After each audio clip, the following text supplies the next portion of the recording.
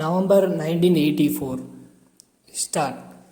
Ladies and gentlemen, I have great pleasure in coming to your place today to open the hospital that has been constructed with the help of liberal donations from the public. I am happy to understand that the members of the building committee have devoted their best attention in the matter of construction of this building within a period of 10 months. On my arrival here, I was first taken round the building and was informed by the medical officers in charge of various departments that as far as possible latest equipments have been provided for diagnosis and treatment. It is a matter of for satisfaction that this institution has been located in an ideal place which is a few miles away from the town.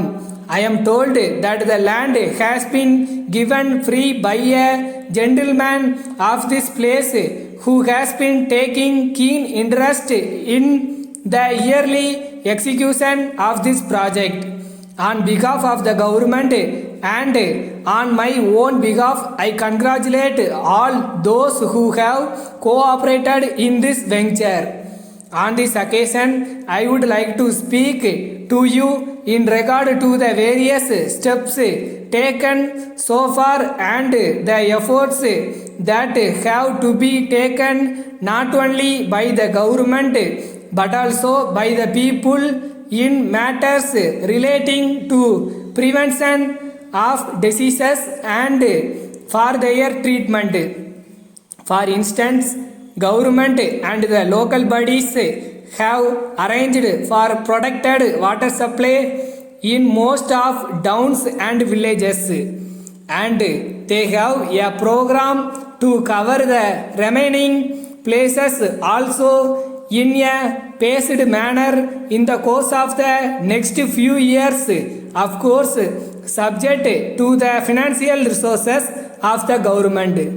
This amenity has reduced to some extent the spread of water-borne diseases, but there is the problem of diseases communicated through mosquitoes.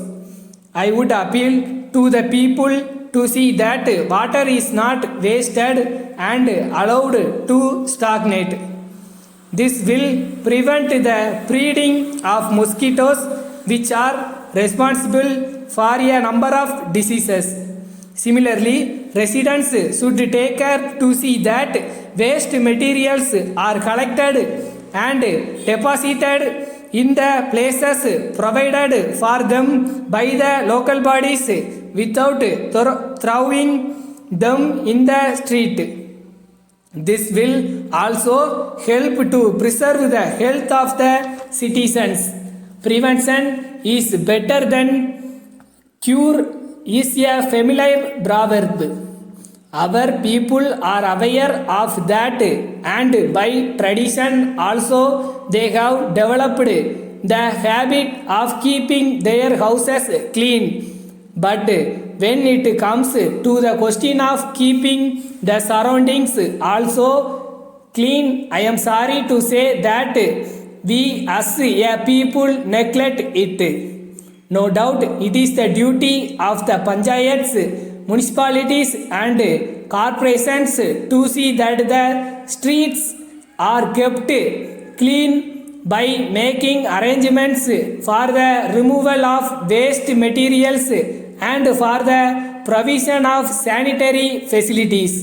While they will be discharging their responsibilities in their own way, it is necessary for the public also to cooperate with them in all such matters. In spite of the various preventive measures, people continue to be affected by diseases. Letter dated 10th January 1980 from Messrs. Velan Brothers, Nehru Nagar, Madras to Mrs. Rahim Brothers, Bazaar Road, Erode. Dear sirs, we are in receipt of your letter dated the 5th instant, and as desired therein, we have sent to you by goods train the items of motor spare parts required by you. We enclose herewith the railway receipt and the invoice for the same. Please intimate to us as soon as the goods are received by you in good condition.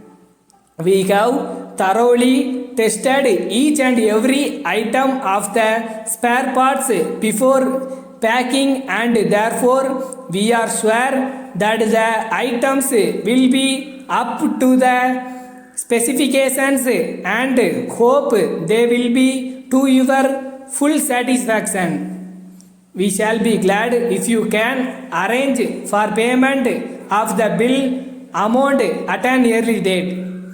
We would also remind you about a sum of rupees 500 that has been outstanding for the last 6 months, and hope the clarifications furnished by us in our last letter would have made the position clear. We request you to make payment of this amount also without any further delay, assuring you of our best attention and cooperation at all times. Yours faithfully.